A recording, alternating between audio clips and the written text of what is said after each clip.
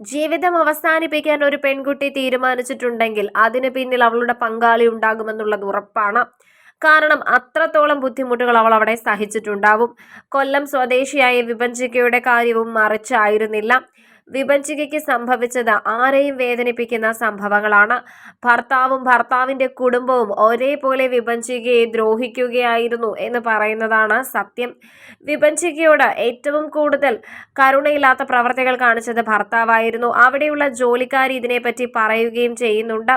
ഭർത്താവ് നിതീഷ് കഴിച്ചതിന്റെ ബാക്കിയുള്ള ഭക്ഷണമായിരുന്നു വിഭജിക്കയ്ക്ക് കഴിക്കാൻ കൊടുത്തിട്ടുണ്ടായിരുന്നത്. ഈ എച്ചിൽ തനിക്കാണോ എന്ന് ചോദിക്കുമ്പോൾ പോലും അല്ലാതെ നിനക്കല്ല പട്ടിക്കാണെന്ന് പറയുന്ന ഒരു രീതിയായിരുന്നു അയാളുടേത് എന്നാണ് ആത്മഹത്യാക്കുറിപ്പിൽ നിന്നും മനസ്സിലാക്കാൻ സാധിക്കുന്നത്. ഇതിനു പുറമെയാണ് ഭർത്താവിന്റെ അച്ഛന്റെയും പീഡനം. ഭർത്താവിന്റെ അച്ഛൻ വളരെ അപമര്യാദയായിരുന്നു ഈ പെൺകുട്ടിയോട് പെരുമാറിയിരുന്നത്. ഇത് നിതീഷിനോട് പറഞ്ഞപ്പോൾ അച്ഛനും കൂടി വേണ്ടിയാണ് ഞാൻ നിന്നെ കല്യാണം കഴിച്ചത് എന്ന് അയാൾ പറഞ്ഞുവെന്നാണ് അറിയാൻ സാധിക്കുന്നത്. അതിനുമപ്പുറം നിതീഷിന്റെ സഹോദരി നീതുവിനെയും പ്രതി ചേർത്തുകൊണ്ടാണ് ഒരു ആത്മഹത്യാക്കുറിപ്പ് വിഭജിക്ക എഴുതി വെച്ചിരിക്കുന്നത്. ഇവരെ ഒരിക്കലും വെറുതെ വിടരുതെന്നും ഇവർ കാരണമാണ് താനും തന്റെ കുഞ്ഞും ആത്മഹത്യ ചെയ്യുന്നത് എന്നുമാണ് വിഭജിക്ക പറയുന്നത്. എന്റെ കുഞ്ഞിന്റെ ചിരിയും കളിയും ഒന്നും കണ്ടെനിക്ക് മതിയായിട്ടില്ല. പക്ഷെ ആത്മഹത്യ ചെയ്യുക മാത്രമാണ് മുൻപിലുള്ള മാർഗം.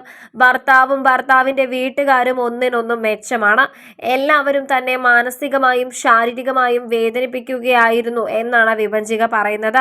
ഭർത്താവിന്റെ സഹോദരിയായ നീതു തന്നെ ജീവിക്കാൻ അനുവദിച്ചിട്ടില്ല എന്നും ഈ കുറ്റവാളികളെ വെറുതെ വിടരുത് എന്നും തന്റെ മരണം കൊണ്ടെങ്കിലും അവർക്കൊരു ശിക്ഷ കിട്ടട്ടെ എന്നും പറഞ്ഞുകൊണ്ടാണ് നീതു ഒരു ആത്മഹത്യാക്കുറിപ്പ് എഴുതി വെച്ചിരിക്കുന്നത്. സ്ത്രീധന പീഡനമാണ് മരണ കാരണമെന്നും വ്യക്തമാക്കിയിട്ടുണ്ട്.